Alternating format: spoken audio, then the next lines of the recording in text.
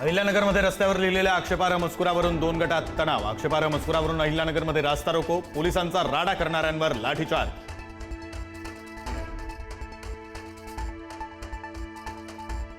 महाराष्ट्राला आजही मुसळधार पावसाचा इशारा। अनेक जिल्ह्यात जोरदार पाऊस होण्याचा अंदाज। पुराचा धोका आणखी वाढण्याची शक्यता।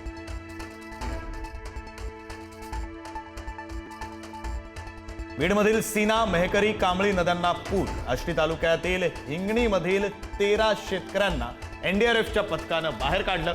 गोदावरीला आलेल्या महापुरामुळे राजापूर गावात शिरलं पाणी।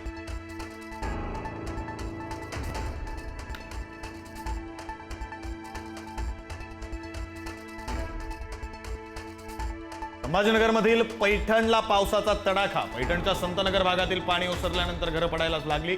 मोलमजुरी करून बांधलेली घरं पडत असल्यानं नागरिक बेघर।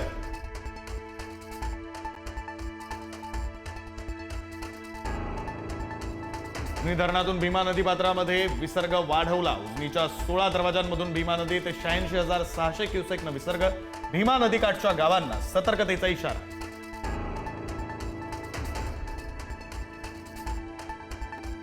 मुसळधार पावसामुळे जायकवाडीतील विसर्ग वाढवला। गोदावरी नदीत 2,64,000 क्युसेकनं पाण्याचा विसर्ग सुरू। नदीकाठच्या गावांचा पुराचा धोका आणखी वाढला।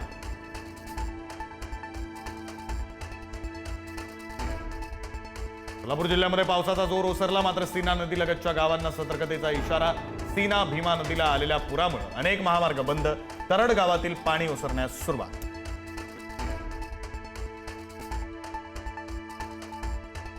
नांदेडमध्ये पावसाची विश्रांती, मात्र गोदावरी आणि आसना नदीला पूर स्थिती कायम। गोदावरी नदीत पाण्याची आवक वाढल्यानं विसर्ग।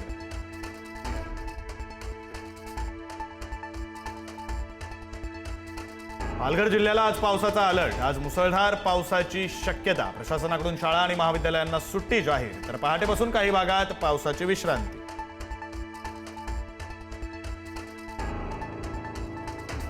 नाशिकच्या गंगापूर धरणातून 10,988 क्युसेकनं पाण्याचा विसर्ग। नदीकाठच्या नागरिकांना सतर्कतेच्या सूचना। चाळीत साठवलेला कांदा सडू लागला। गिरणा नदीवरील पुलाला भगदाड।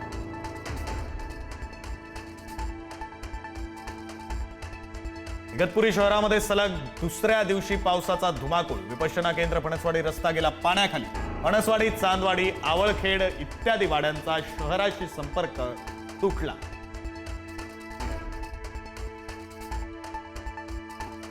खेड तालुक्यातील भीमा नदीत वाहून गेलेल्या कारला बाहेर काढलं। कारमध्ये अडकलेल्या एकाचा मृत्यू।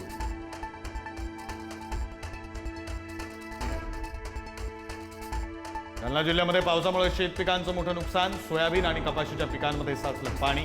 केळी बागात जमीनदोस्त, तर खबरदारीचा उपाय म्हणून 8,499 नागरिकांचं स्थलांतर।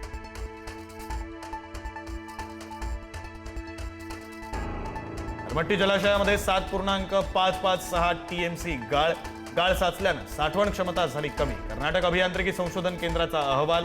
कर्नाटकनं उंची वाढवण्याऐवजी गाळ काढण्याची गरज।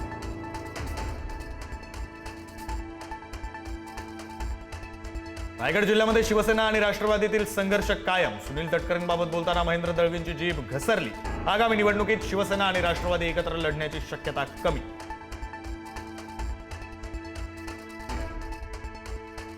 काँग्रेसची दीक्षाभूमी ते सेवाग्राम संविधान सत्याग्रह पदयात्रा। काँग्रेस प्रदेशाध्यक्ष हर्षवर्धन सपकाळ, तुषार गांधी यांच्या उपस्थितीत यात्रेला सुरुवात होणार।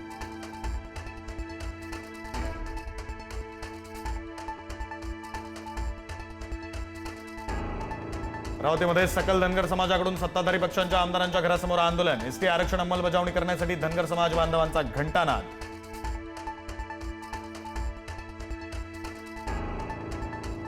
मुंबईमध्ये मेट्रो स्थानकावरील जाहिरात केवळ हिंदीत असल्यानं मनसे पदाधिकारी आक्रमक। अंधेरी मेट्रो स्थानकाच्या फलकाला मनसेच्या कार्यकर्त्यांनी फासलं काळं।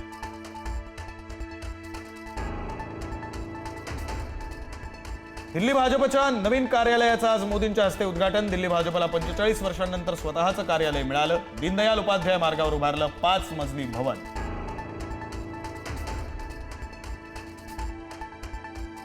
आशिया चषकामध्ये टीम इंडियाचा पाकवर विजयी तिलक। फायनलमध्ये पाकला धूळ चारली। संपूर्ण आशिया कपमध्ये टीम इंडिया अपराजित।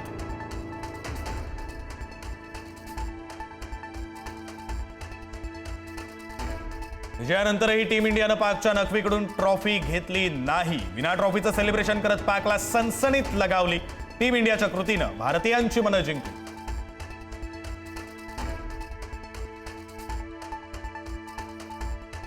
भारताच्या विजयानंतर मुंबई पुण्यासह कोल्हापुरातला छत्रपती शिवाजी महाराज चौक आणि इचलकरंजीतल्या जनता चौकात जल्लोष. नागपुरातही तिरंगा फडकवत आनंद साजरा.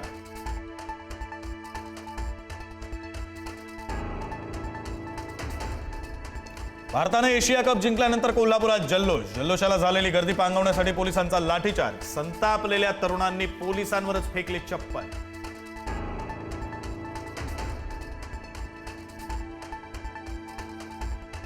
केरळमधील भाजप प्रवक्त्याची राहुल गांधींना जीवे मारण्याची धमकी. राहुल गांधींच्या छातीत गोळी घालण्याची पिंटू महादेवन यांची धमकी. काँग्रेसचे खासदार के.सी. वेणुगोपाल यांनी अमित शहांना लिहिलं पत्र.